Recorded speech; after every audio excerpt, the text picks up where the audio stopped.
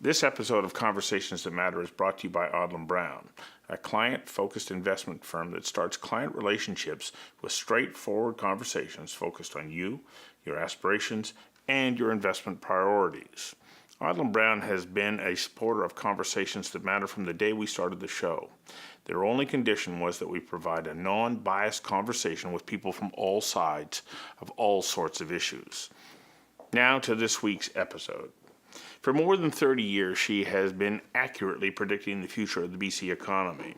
We asked her to share insights she has gleaned from a recent report she produced for one of her clients.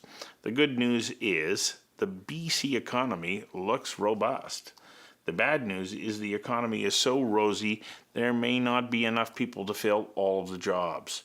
And she's quick to point out that technology won't be coming to the rescue just in the nick of time either.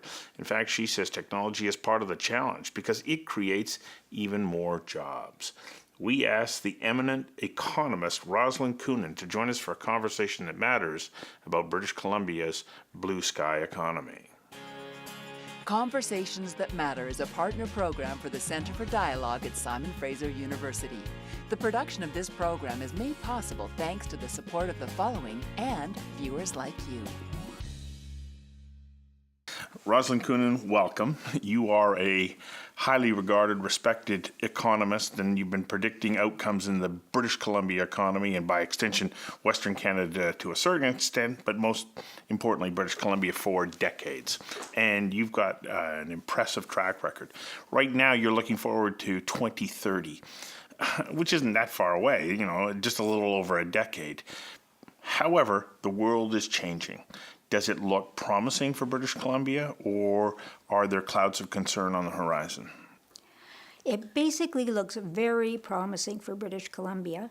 It looks good in British Columbia now, though you might not guess it because media are known for reporting the bad news rather than the good news. Our unemployment rate is at a 40-year low.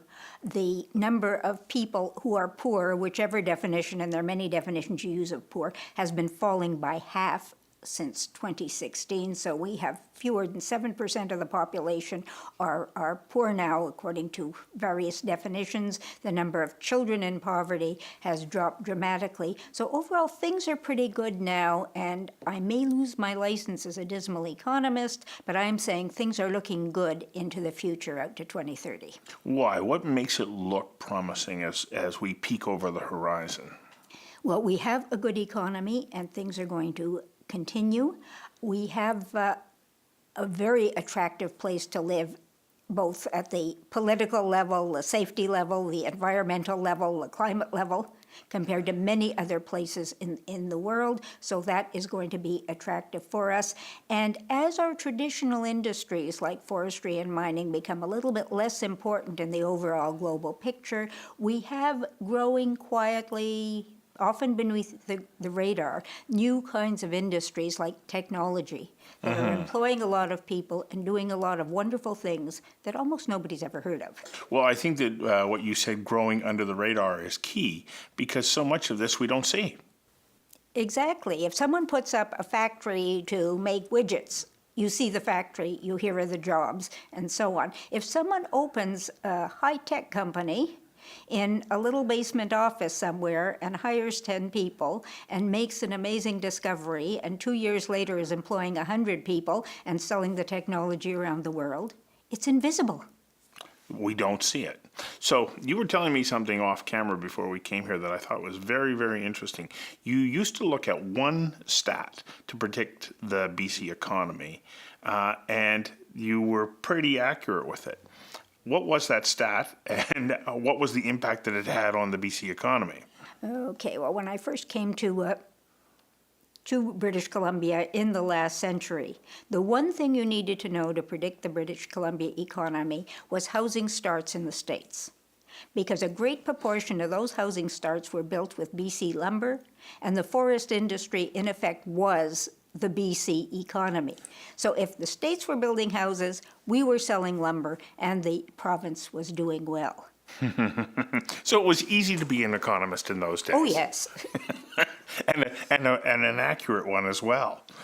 not so easy today. What are some of the different indicators that you start to look at that are happening globally, North America, and then nationally, and then into BC, that you have to now start to say all these things factor into where I believe the economy is going to go over the next decade? Well, one thing that has changed very, very dramatically, and one number I've spent a lot of my career looking at, is the unemployment rate. Because economies exist for people, to give them jobs, to give them income, to give us all a nice standard of living. And for a great part of my career, I was always looking at the people side, looking at the unemployment side, and looking at jobs for people. Where are people going to find jobs? What should you tell your kid to study? If you've lost your job, what can you learn that'll give you another job that might last more than a few years? So I spent most of my career looking at where are the jobs and what people have to do to get them. And then in this century, there has been a tectonic shift, a real 180-degree turn, that now, instead of looking for jobs for people, because we are at the lowest unemployment rate we've seen for 40 years, I am looking for people to fill jobs. The biggest change is, and we all knew it was coming, we knew the baby boomers were that generation had grown up and was moving on. We knew there were low birth rates beyond that generation. We knew the population was aging and traditional working age numbered peoples were going down. And we're short of workers of every possible kind now, from introductory elementary labor in a coffee shop. I don't call them unskilled labor. I did once, and somebody who ran a restaurant really took a strip off me and said, it's not unskilled, they have different kinds of skills. They need people skills and so on. It's a good point. And so from the basic entry-level labor that doesn't need a lot of higher education, right through to any other kind of jobs, to the highest skilled jobs, to our famous doctor shortage, if nothing else. Now it is human resources that are going to be the big constraint on growth, the big problem to keep for companies to grow and prosper. They can get money, capital is available, there are materials available, but people, that's going to be the scarce resource. I got to get you to hang on for a second while we take a quick commercial break. We'll be right back. Conversations That Matter is an independent program that is produced thanks to the support of Roslyn Brown. But we also need the support of people like you. And I encourage you to please go to patreon.com/conversations that matter.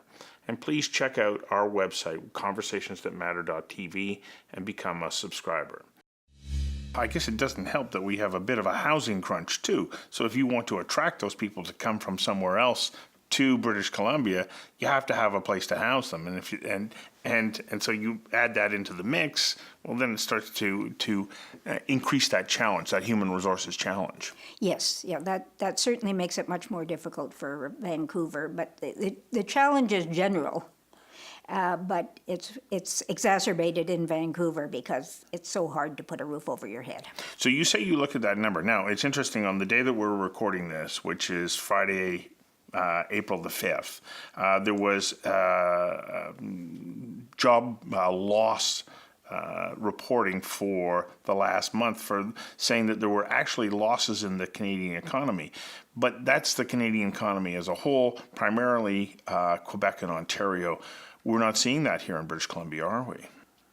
I haven't seen the most recent figures yet, but we are still, well, I will say unequivocally that there'll be more vacancies than there are people looking for them. And in what areas are we facing the greatest critical shortage? I know you said it's across the spectrum, but are there areas of concern or areas that we might want to reach out and attract people who are in those professions to say, there's a really good opportunity here for you in British Columbia? Okay, well, one of the things that affects everybody very, very closely is in the medical profession. Right now, if you have a family doctor, you are rare and lucky. If your family doctor, because he or she is more likely to be a baby boomer like most of the rest of us, decides they want to retire, it's impossible, even in places like Vancouver, to find another family doctor. It used to be, it was always a problem if you were in a small town in the prairies or somewhere. They'd never had a shortage of doctors, but in the main attractive centers, you could always get a doctor, and now you can't. So that is one particular area. It's partly it's our policies, but generally we definitely need more people in the medical professions. Well, are doctors not like others in the sense that they're going, well, hang on a second, if I'm running my own practice, in essence, I have a business, I have to hire people, I've got overhead and so on. And younger doctors, I think, are following the trend of a gig economy. Like they'll go, well, I'll work in this clinic, that one, here and there. I don't have to manage the administrative side of that now. But it puts the patient in a position where they're dropping in and having a visit with a physician that isn't somebody that they see on a regular basis. That is definitely one of the factors. The other factor is how many billing numbers are allocated to doctors. A third very important factor that I've worked a lot with is foreign credential recognition. And this applies not only for doctors, but for engineers and for many other occupations and professions. We have a lot of people. Vancouver, British Columbia is a wonderful place to live. We attract an awful lot of people, good people, educated people, qualified people, and we tell them, come, it's wonderful. And then when they get here, we don't give them the license to practice, or we make them jump through so many hoops that are so high that a very small proportion of them come here, ever make it through all the hoops. So that's an issue that we need to address. That's definitely an issue, because immigration is one solution to the fact that human resources are the ultimate scarce resource in our current and our future economy. But if we invite people in, we've got to find an effective way to make sure they're qualified. I'm not saying give every unqualified person who says they're a doctor a license, but make sure they're qualified, make it reasonable, timely, and not too expensive for them to demonstrate their qualifications, and we really need their skills. This is our second break. We'll be back in a moment. Conversations That Matter is an independent program that is produced thanks to the support of Roslyn Brown. But we also need the support of people like you. And I encourage you to please go to patreon.com/conversations that matter. And please check out our website, conversationsthatmatter.tv, and become a subscriber. Do our labor laws at the moment pose a bit of a challenge for employers who are saying, yes, I want to bring somebody in, but once I hire somebody, I wind up becoming locked into an agreement with that employee that doesn't give me flexibility? Are we at any risk there, or is that part of what's driving a gig economy, that employers are going, yeah, I need you, but I'm not sure that I need you for all 12 months out of the year, so I'm going to give you contracts? Is this something that, is at play, and does it create a bit of a challenge? Okay, well, I've got to admit my own conflict of interest here. Okay. I have been running my own consulting business for 26 years. Yes. I generally have between about 4 and 12 people working for me at any point of time. I have never hired anybody. It's all gig economy. It's all contract work. Sometimes people work for me for decades, and I may be the sole or their major source of income, but we're all in the gig economy. We all do contracts because it is a major hassle to hire someone if you're a small organization. If you're a big organization and you can afford a large human resource department and legal department and all the other infrastructure, then of course. But for smaller organizations, for more flexible organizations, it is just so much easier. And an awful lot of, and this surprises baby boom generation people, an awful lot of the post-baby boom people actually prefer the gig economy. I'm thinking of a niece of mine, and she had trouble getting her career established. She spent her 20s skiing and doing fun things, and then all of a sudden she realized that, hey, I don't always want to be living 8 to an apartment and not paying the phone bill and that sort of thing, and decided to settle down more and got work in government. A lot of us did. I worked for government for a long stretch, and it was always contract part-time work. And I said, well, in the old days, you work for government for 2 minutes and they give you a lifetime job with a pension. It took her a long time before they offered her that. Even in the government? In the government. And when they offered it to her, she said no. She said, I enjoy my freedom.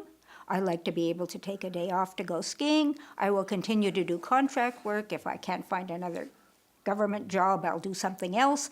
But I don't want to be tied down to the 9 to 5, you know. Is that because the relationship with work is changing?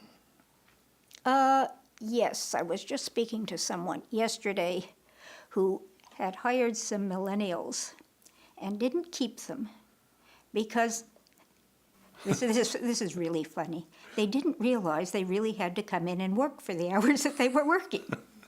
You know, one young person was hired at one of the fish and chip shops at the beach in the summer, and he quit because he thought he'd be hired for 8 hours a day and maybe 2 or 4 of them would be busy and the rest he would be getting paid for relaxing. And they only called him in when it was busy. So I'm not saying that there are, you know, a lot of people like that. There are some. There are an awful lot of very driven young people who work very hard, who may not go to university, but will sit in front of their computer and learn everything they could learn at university, and maybe more so, and start their own businesses and work 20 hours a day, 6.5 days a week to make it. So Right. there are those people too. So when I asked the question the first time, I was in the back of my mind, I'm thinking that I keep hearing that what so many people, younger people than you and I, are saying about work is, I don't want a job just for a paycheck. Yeah. I want a job that's going to contribute some way to the society that I live in. It's this idea of contribution rather than just employment. Is this a good thing?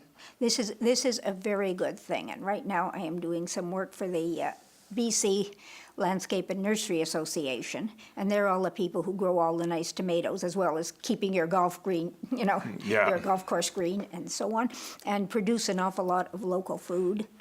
And they're having a great deal of trouble getting workers. And they need some skilled workers and some people who have the appropriate training, and they need an awful lot of basic unskilled workers because at a smaller scale, it doesn't pay to automate yet. And so they need a lot of workers, and what we're going to do to attract workers is say, hey, you want to eat good food. You want to eat local. Maybe you don't want to be stuck in an office behind a computer for all your work. Come and work in this sector, and you are really adding some value. You're adding some really good local organic tomatoes or whatever it is to the BC economy. So you touched on something there that I think that we have to discuss, and that is the role of technology as we move forward.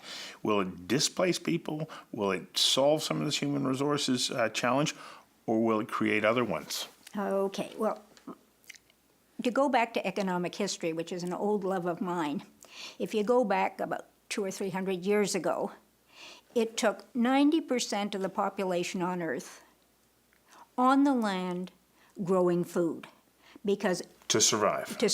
because technology, agricultural technology was such that you couldn't produce more than a 10% surplus over and above what it took to keep you and your family alive. So 90% of the people had to be on the ground growing food.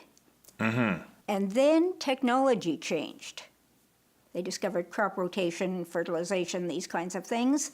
And suddenly it only took 50% of the population to grow food. And everybody said, what are all these people going to do? Because food production is where it's at. That's what real work is. And the other things are all sort of luxuries for the very few rich that society could afford to support and so on. And what's going to happen? They're all going to die because we don't need them on the farms anymore. And of course, what happened was the Industrial Revolution.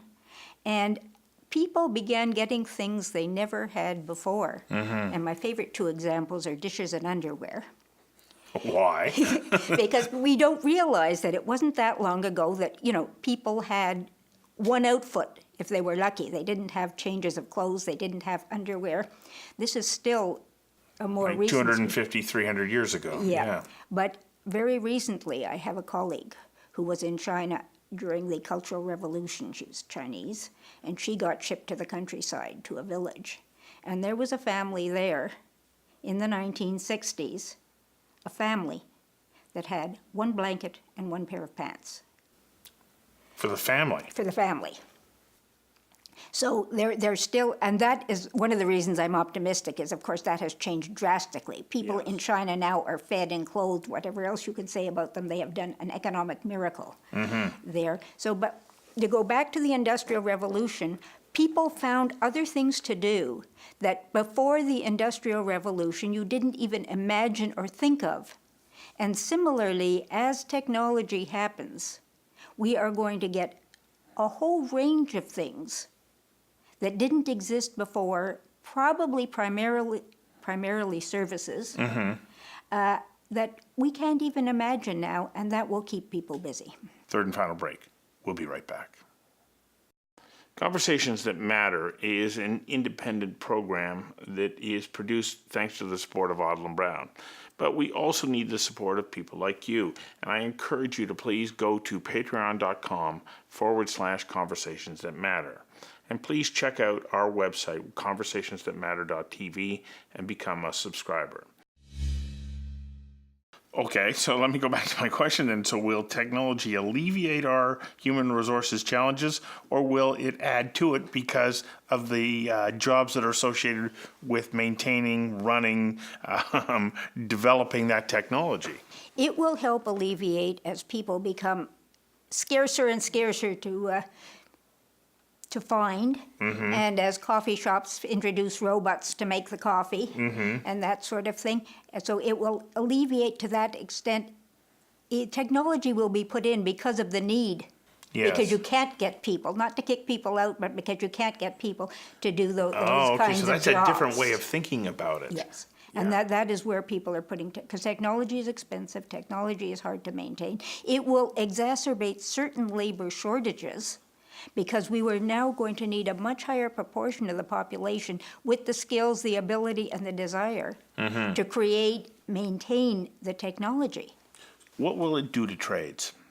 Because this is an area where you go, well, you can't be that technician because you're a tradesperson.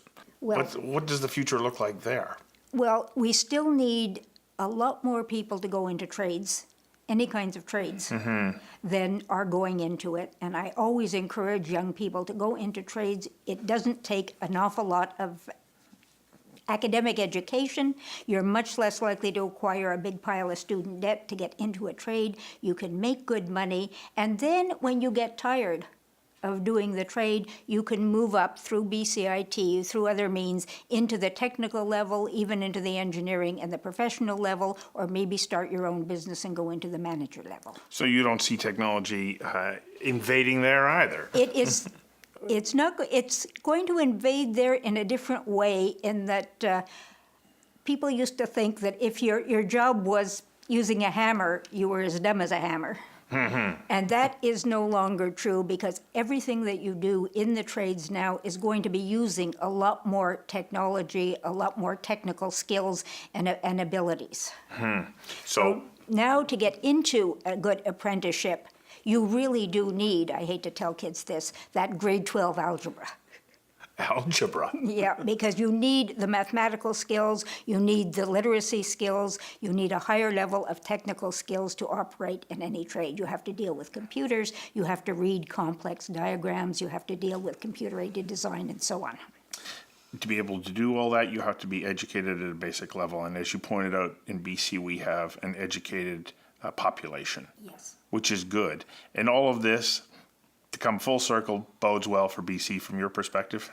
I definitely think BC is going to be prospering in 2030. Isn't that fabulous? I'm happy that you are an optimist, and that all the signs point towards a bright future for us over the next decade. Thank you for coming in and sharing this with us. My pleasure. Great. Now, just before I go, I want to encourage you to subscribe to Conversations That Matter at conversationsthatmatter.tv. And please support us also on Patreon.